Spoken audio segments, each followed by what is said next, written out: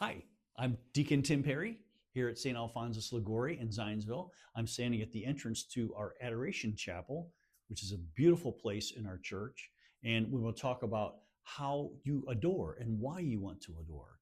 And so the first thing would be nice if you would check in and let folks know that you're here. And then we're going to go into the Adoration Chapel and we're going to quietly open and close the door. And we are going to, there's a holy water font right there. You can bless yourself with the holy water. And then what you do when you first go into the Adoration Chapel after that is that you genuflect. One thing I like to do is journal.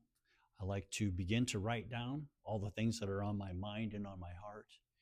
And there is a point then when you do this that you run out of things to write about. Then your mind is clear and you can really focus on just being in the presence of Jesus. And I know sometimes there's only a few minutes that you can spend with Jesus, but what's really helpful is to have regularly scheduled adorers. And if you are a frequent visitor to Jesus and you don't have a specific 30 minutes or hour that you have signed up for, please consider signing up so that we know that Jesus does not have to be alone. We encourage everyone to have some time with Jesus every week, either a 30-minute time block or a 1-hour time block. We use an app called We Adore Him, and we have ways for you to sign up on that app so that you can repeatedly come back. And if you have a time when you need a substitute, you can ask for a sub quite easily using the app.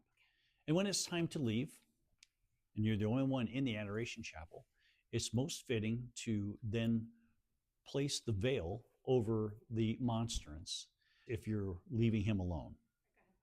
If you haven't been to Adoration very much, please sign up and come, give it a try.